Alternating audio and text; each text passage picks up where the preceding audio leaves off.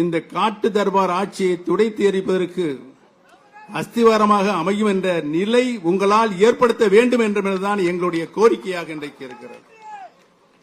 இன்றைக்கு திரண்டிருக்க நாங்கள் திண்டிவனத்திலிருந்து புறப்பட்டு 5 மணிக்கு புறப்பட்டு இங்கே வந்து சேரும் பொழுது 7:30 மணி. வழி நெடுகில் கடுமையான கூட்டம். இங்கு வந்திருக்கின்ற கூட்டத்தில் அங்கு வந்து இங்கே குறித்து பாதி கூட்டம் கூட இங்கே இல்லை. எல்லாமே வழியில் நின்று கொண்டிருக்கின்றார்கள். அவ்வளவு மகத்தான ஆர்வம் இன்றைக்கு விக்கிரவாண்டி சட்டமன்ற தொகுதி கண்டுகொண்டிருக்கின்ற சொன்னால், மாண்புமிகு அம்மாவுடைய நல்லாட்சியில் சமூக பாதுகாப்பு திட்டங்கள் மாண்புமிகு அம்மா அவர்கள் முன்னிலை கொடுத்து கிட்டத்தட்ட தமிழகத்தினுடைய சொந்த வருவாயில் 52% நிதியை அம்மா அவர்கள் ஏழை எளிய மக்கள், வாழ்க்கையில் அடித்தட்டு மக்கள் பயன்பெற வேண்டும் என்று சமூக நீதி பாதுகாப்பு திட்டங்களை தங்களுடைய நல்லாட்சியில் நிறைவேற்றினார் என்பது உங்களுக்கெல்லாம் நன்றாக தெரியும். அவைகளெல்லாம் இன்றைக்கு நிறுத்தப்பட்டிருக்கிறது. நிறுத்தப்பட்டிருக்கின்ற அந்த திட்டம் மீண்டும் வருவதற்கு ஒரு அஸ்திவாரமாகத்தான் இந்த விக்கிரவாண்டி தேர்தல் இடைத்தேர்தல் நடைபெற்றுக் கொண்டிருக்கிறது என்பதையும் இம்மக்கள் இங்கு பணமா பாசமா என்ற கேள்விக்கு விடை கொடுக்கின்ற தேர்தலாக இந்த தேர்தல் ஒரு மாபெரும் வெற்றியை அண்ணன் சி அன்புமணி அவர்கள் இங்கு வெற்றி வேட்பாளராக, ஐயாவுடைய நல்லாசி பெற்ற வெற்றி வேட்பாளராக, அன்புமணி என்ற பெயர் உங்களுக்கு பரிச்சயமாக தமிழகம் மட்டுமல்ல இந்தியா முழுமைக்கும் நிறைந்திருக்கின்ற பெயர் என்பது நாம் அனைவரும் நன்றாகவே அறிவோம். எனக்கு முன்னாலே பேசியவர்கள் சொன்னார்கள் இந்த 108 ஆம்புலன்ஸ்.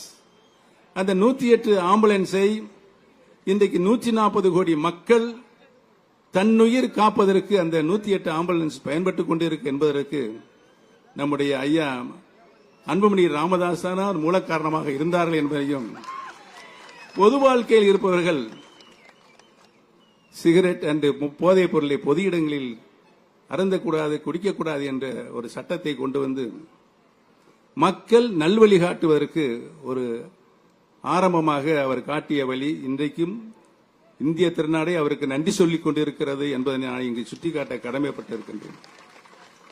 அந்த அன்பு தலைவர்கள் பாட்டாளி மக்கள்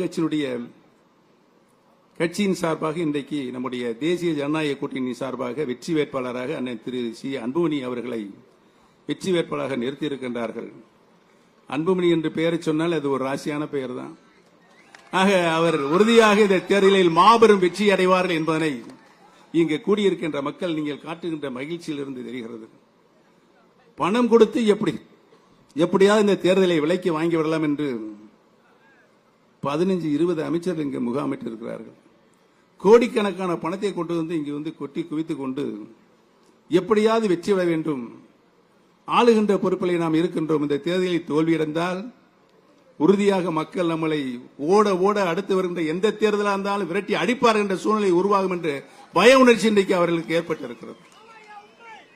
இருக்கின்ற சூழ்நிலையை நாம் நமக்கு சாதகமாக எடுத்துக் கொள்ள வேண்டும். சென்ற வருடம் மரக்காணத்தில் 23 பேர் கள்ளச்சாராயம் விஷச்சாராயம் அறிந்து இறந்திருக்கிறார்கள். சமீபத்தில் நம்முடைய கள்ளக்குறிச்சி மாவட்டத்தில் 65 பேர் விஷச்சாராயம் அறிந்து இறந்திருக்கிறார்கள். அதை பற்றியெல்லாம் அவங்களுக்கு கவலை இல்லை.